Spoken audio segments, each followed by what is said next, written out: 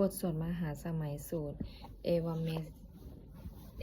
สุตังเอกังสัมมายังภควาสเกสุวิหารติกาปิลาวัตถุสมิงมหาวะเนมหาตาภิกขุสังเคนะสัตถิงปัญจมาเตหิภิกขุสัตเตหิสพเพหิวะอรหันเตหิทัสสหิจะโลกาธาตุหิเทวตาเยปุเยนะสันนิปติตาโหนติภคะวันตังทัสสนายภิกขุสังคันจะอัฏฐโขจตุนังสุทาวาสกายิกานังเทวานังเอตถาโหสิอายังโคภควาสเกสุวิหารติกาปิลวัตถุสมิงมหาวะเนมหาตาภิกขุสังเคนะสัตถิงปัญจามาเตหิภิกขุสัตเตหิสัพเพหิวะอรหันเตหิทัสสหิจะโลกาธาตุหิเทวตาเยปุเยนะสันนิปติตาโหนติภคะวันตังทัสสนายะภิกขุสังคันจายันโนยามะยัมปิเยนะภควาเตนุปสังกะเมยามะอุปสังกามิตวะภควโตสันติเกปัจเจกะคาถาภาเสยมาติอัฏฐโขตาเทวตาเสยถาปินามะภาราปุริโสสัมมันชิตังวาภาหังปัสสาเลยะปัสสาลิตังวาภาหังสัมมิเชยะเอวะเมวะสุทาเวเสสุเทเวสุอันตาราหิตาภควโตปุระโตปาตุระหังสุอัฏฐโขตาเทวตาภควันตังอภิวาเทตวะเอกามันตังอัฏฐังสุเอกามันตังทิตาโขเอกาเทวตาภควโตสันติเกอิมังคาถังอาภาสิมหาสมัยโยปวานัสมิงเทวกายาสมาคาตาอาคาตมหะอิมังธรรมะสามายังทักขิตาเยวะอปาราชิตาสังคันติอัฏฐโขอปาราเทวตาภควโตสันติเกอิมังคาถังอาภาสิตัตระภิกขโวสามาทหังสุจิตังอัตโนอุชุกัมมังกังสุสาราธิวาเนตานิคาหิตวะอิทิยานิรักขันติปันทิตาติอัฏฐโขอปาราเทวตาภควโตสันติเกอิมังคาถังอาภาสิเชตวะคีลังเชตวาปาริคังอินทาคีลังโอหัจจมะเมชาเตจารันติสุทาวิมาราจักขุมาตาสุทันตาสุสูนาคาติอัฏฐโขอปะราเทวตาภควโตสันติเกอิมังคาถังอาภาสิเยเกจิพุทธังสารนังคาตาเสนะเตคามิสันติอปายภูมิงปะหายะปามานุสังเทหังเทวกายังปริปุเรสันติติอาทาโขภควาภิกขุอามันเตสิเยปุเยนะภิกขเวหัสสะสุโลกาธาตุสุเทวตาสันนิปติตังโหนติตถาคตังทัสสนายะภิกขุสังขันจะเยปิเตภิกขเวอเหสุงอติตามัทารังอรหันโตสัมมาสัมพุทธะเตสัมปิภาขวันตานังเอตปรามายวะเทวตาสันนิปติตาอเหสุงเสยถาปิไมหังเอตาระหิเยปิเตภิกขเวภาวิสันติอนาคาตมัทานังอรหันโตสัมมาสัมพุทธะเตสัมปิภาขวันตานังเอตปรามายวะเทวตาสันนิปติตาภาวิสันติเสยถาปิไมหังเอตาระหิอาจิกิสามิภิกขเวเทวกายานังนามานิกิตายิสามิภิกขเวเทวกายานังนามานิเทศิสามิภิกขเวเทวกายานังนามานิตังสุนาหาสาธุกังมนาสิกะโรธาภาสิสามิติเอวัมพันติเตติโขเตภิกขุภควโตปัสสะโสสุงภควะเอตทาวโวจะสีโลกามานุกัสสามิยะถาภูมาตาสิสิตาเยสิตาคิริขภาราวะหิตตาสามาหิตาปุถุสีหาวะสเลนาโลมาหันสัมพิโนโอท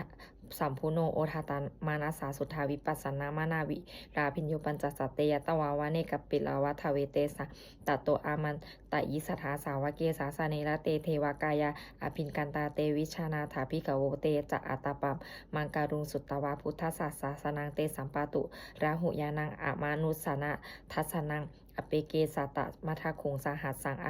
าหาสัตตาริงสัตตังเอเกสหัสสานาอามานุสานามัทสุงอเปเกนนันตมัทคุงทิสาสัพพาพุทธาอาหุงตันจาสัมพังอภิญญายาวาวาคิตตวานะจักขุมาตโตอามันตยิสัทธาสาวะเกสาสเนระเตเทวกายาอภินกันตาเตวิชานาถาภิกขโวเยวหังกิตายิสามิคิราหิอนุปุพพโสสัตตสหัสสาวยะขาภายะขาภูมากัปปิลาวัทวะอิทธิมันโตชุติมันโตวันวันโตยสัสสิโนมุทามานาอภิกมุภิกุนังสามิติงวนาชาสหัสสาเหมาวตายะขานานตวานิโนอิทธิมันโตชุติมันโตวันโตยสัสสิโนโมทามานาอภิกมุภิกุนังสามิติงวนาสัตตาคิลาติสหัสสายะขานานตวานิโนอิทธิมันโตชุติมันโตวันโตยสัสสิโนโมทามานาอภิกมุภิกุนังสามีติงวานังอิเจเตโสลาสัสสหัสสายะคานานาตาวันนิโนอิทิมันโตชุติมันโตวันโตยะสัสสิโนโมทะมานาอภิกมุภิกุนังสามีติงวานังเวสามิตาปัญจสัตตายะคานานาตาวันนิโนอิทิมันโตชุติมันโตวันโตยะสัสสิโนโมทะมานาอภิกมุภิกุนังสามีติงวานังกุมพิโลราชาคาหิโกเวปุลสานิเวสนังพิญโยนังสัตตาสหัสสังยะคานังปยิรูปาสติกุมพิโลราชาคาหิโกโสปาขะสมิติงวานังปุริมันจ จาทิสังราชาทัตตละโถปัสสาสติขันธพานังอธิปติมหาราชายสัสสิโสปุตตปิตัสสะพะหะโวอินทานามาพะหะพะราอิทธิมันโตชุติมันโตวันนะวันโตยัสสสิโนโมทามานะอภิกมุภิกขุนางสามิติงวานังทากีนันตทิสังราชาวิโลโหตัปปัสสาสติกุมภทานังอธิปติมหาราชายสัสสิโสปุตตปิตัสสะพะหะโวอินทานามาพะหะพะราอิทธิมันโตชุติมันโตวันนะวันโตยัสสสิโนโมทามานะอภิกมุภิกขุนางสามิติงวานังปัญชิมันจาทิสังราชาวิโรปโขปัสสาสตินาคานังอธิปติมหาราชายสัสสิโสปุตตปิตัสสะพะหะโวอินทานามาพะหะพะราอิทธิมันโตชุติมันโตวันนะวันโตยัสสสิโนโมทามานาอภิกมุภิกขุนางสามิติงวานังอุตตรัญจาทิสังราชากุเวโลตัปปัสสาสติยะขานังอธิปติมหาราชายสัสสิโสปุตตตาปิตัสสะพะหะโวอินทานามาพะหะพะราอิทธิมันโตชุติมันโตวันนะวันโตยัสสสิโนโมทามานาอภิกมุภิกขุนางสามิติงวานังปุริมะทิสังทัตตะโถทักขิเนนะวิรุหโกปัจฉิเมนะวิรุปโคกุเวโลอุตตรังทิสังจัตตาโลเตมหาราชาสัมมันตาตตุโลทิสาทัพทันละมานาอัสสังสุวะเนกัปปิลาวัทเวเตสังมายามิโนทาสาอาคูวันจานิกาสัทธามายากุเดนทุเวเดนทุวิภูจาวิภูโตสหจันทาโนกามาเฉโทจะกินุขันทุนิขันทุจะปานาโทโอปะมัญโยจะเทวสุโตจะมาตาริจิตตัสเสโนจะขันธโพนะโรราชาชโนสโพอาคูปัญจสิโคเจวาติมพารูสุริยวัชสาเอเตจันเยจะราชาโนขันธพาสหาราชุพิโมทามานาอภิกามุภิกขุนางสามิติงวานังอาถาคูนาภาษานาคาเวสาลาสหตัชชกะกัมพารัสสัตตลาอาคูปายาคาสหายติพิยามุนาทัตตาลัฐาจะอาคูนาคายสัสสิโนเอราวันโนมหานาโคโสปะขะสามิติงวานางเยนาคาราเชสหสาหรันติทิพาชิชาปะขิวิสุทธาจักขูเวหายะสาเตวนามาชัตปัตตาจิตตาราสุปนาอิติเตสะนามังอภายันตถานาคาราชานามาสิสุปนาโตเขมามากาสิพุทโธสันนะหะวาหิวาจาหิอุปวาหยันตานาคาสุปนาสละนามากังสุพุทธังชิตาวาชีราหัตเถนะสามุทังอสุราชิตาภาตโรวาสวะเสเตอิทธิมันโตยัสสสิโนการากัญชามหาพิสมาอสุราธานาเวขานาสะเวปจิติสุจิติจะปหาราโทนะมูจีสหสตันจะภาริปุตตนังสัพเพเวโรจานามากาสันนหิตวาพาริงเสนังอาหุพัทหมุปาขามุสามาโยธานิพานันเถพิคุนางสมิติงวานังอาโปจเทวาปัทวิจเตโชวโยตถาคามุวรุณาวารุณาเทวาโสโมจายสัสสาสหเมตตาการุณากายิกาอากูเทวายสัสสิโนทัสเสเอทัสสทากายาสเพนานะตะวันนิโนอิทธิมันโตชุติมันโตวันนาวันโตยัสสสิโนโมทามานาอภิกมุพิคุนางสามิติงวานังเวทุจเทวาสหลีจอาสมาจทุเวยมาจันทสุปานิสาเทวาจันทัตมากุปูลคิตาสุริยสุปานิสาเทวาสุริยามาคุปุลคิตานักขัตตานิปุลคิตตวะอาคุมันทะละวะหกาวาสุนังวาสโอเสโทสักโกปาขะปุรินทโททัสเสเดทัสทากายาสเพนานาตาวันนิโนอิทธิมันโตชุติมันโตวันนะวันโตยัสสสิโนโมทามานาอภิกรรมุภิกขุนางสามิติงวานังอาถาคูสหภูเทวาชาระมิมัตขิสิขาริวะอริทกาจะโลชาจะอุมาปุพานิภาสิโนวรุณาสหธรรมาจะอตุตาจะอเนชากาสุเลยะลุจิลาอาคูวาสเนวาสะวะเนสีโนทัสเสเตทัสสทากายาสเพนานาตวันนิโนอิทธิมันโตชุติมันโตวันนะวันโตยัสสสิโนโมทามานาอภิกมุภิกขุนางสมิติงวานังสามานามหาสามานามานุสามานุสุตตมากิตถาปทุสิกาอาคูมโนปทุสิกาอาถาคูหะระโยเทวะเยจโลหิตวาสิโนปาราคามหาปาราคาอาคูเทวายัสสสิโนทัสเสเตทัสสทากายาสเพนานาตวันนิโนอิทธิมันโตชุติมันโต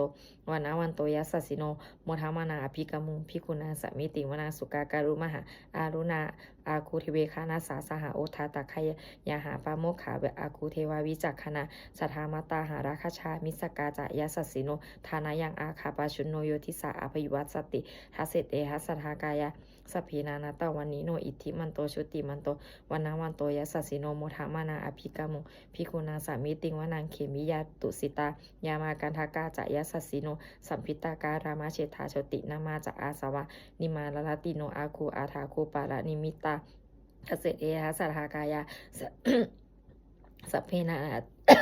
สัพเพนานาตาวันนิโนอิทธิมันโตชุติมันโตวันนาวันโตยัสสสิโนโมทามานาอภิกมุงพิโกนังสามิติวานังสัทเถเตเทวานิกายาสัพเพนานาตาวันนิโนนามันวะเยนะอาคันชุงเยจันเยสาธิสาสหปาวุธาชาติมัคคีรังโอขาตินนะมานาสาวังทัคคีโมขาตารังนาคังจันทังวะอาสิตาติตังสุพรามาปารามาโตจะปุตตาอิทิมาโตสาหาสนังกุมารโรติโสจะโสปาขาสมิติวานาสาหัสพรามาโรกานะมหาพมาพิติทัติอุปปโนชุติมันโตพิสมากายโยยัสสสิโสทัสเสถาอิสระอากุปัจเจกาวสวัตติโนเตสัญจามัชโตอาคาหาริโตปาริวาริโตเตจัสสัมเพอภิงเกเตสินเทเวเกสัพพรามะเล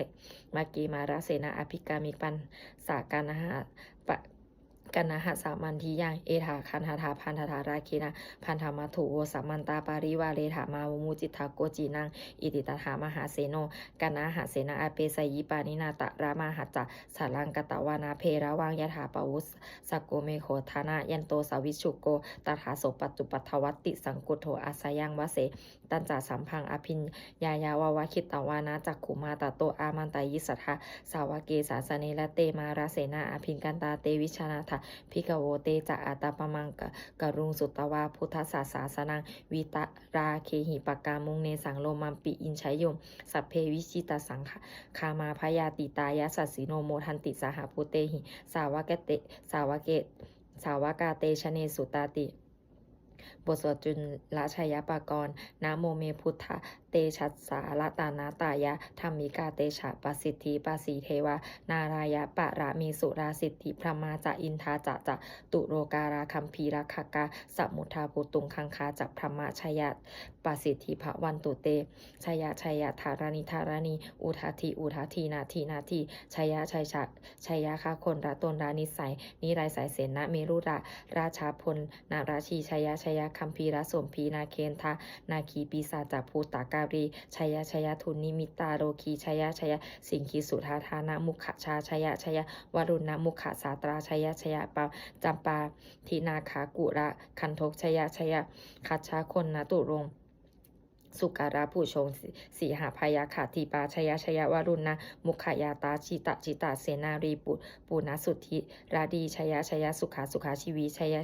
ธารณีตะเรสัทธาสุชยะธารณีสัตตินสัทธาชยะมังการารัญญาภาวัตเคชยะวรุณนายเคชยะราคาเสสุราผู้ชาเตชาชยะพระมะเมนทาขะนาชยะราชาธิราชสัตชยะใจทาปะทาวิงสัพพังชยะอรหันตาปัจเจกพุทธสาวังช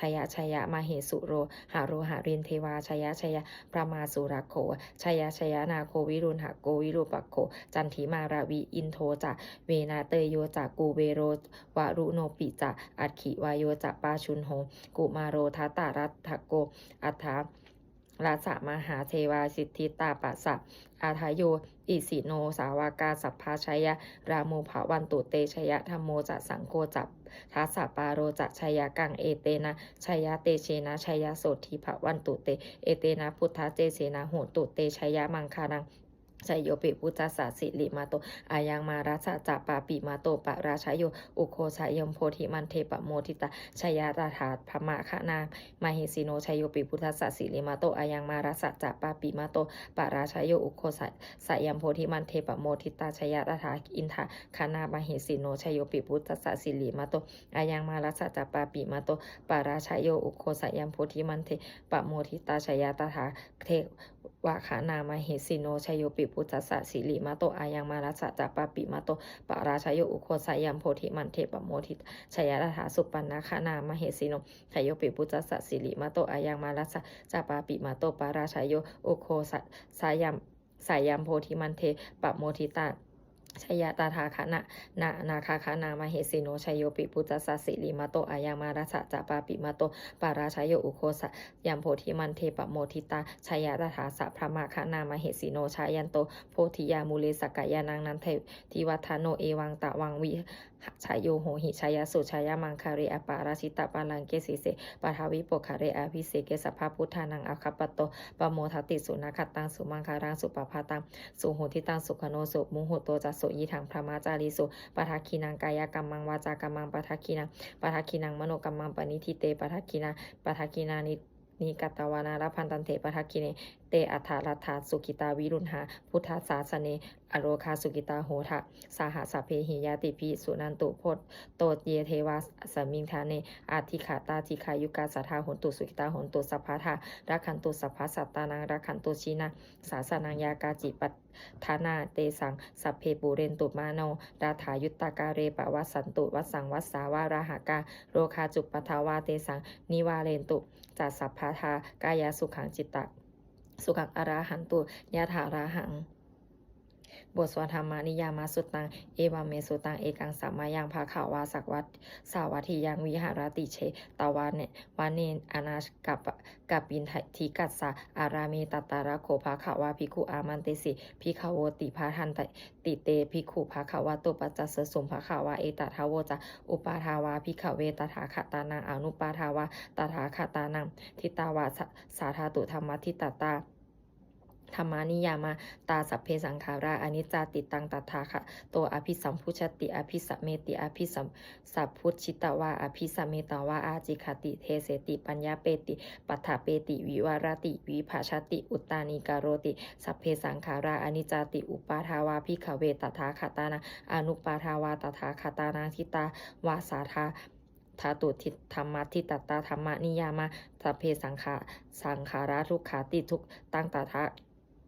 คาโตอภิสัมพุชติอภิสัมเมติอภิสัมพุชิตวาอภิสัมเมตวาอาจิคติเทเสติปัญญาเปติปัฏฐาเปติวิวารติวิภาชติอุตตานิการโรติสัพเพสังขาราทุกขาติอุปาทาวาภิกขเวตถาคตานังอนุปาทาวาตถาคตานังทิตาวาสัทธาสาธาตุธรรมทิตตาธรรมนิยามาตังสัพเพธรรมาอานาตติตังตถาคโตอภิสัมพุชติอภิสัมเมติอภิสัมพุชิตวาอภิสัมเมตวาอาจิคติเทเสติปัญญาเปติปัฏฐเปติวิวารติวิภาชติอุตตานิการโรติ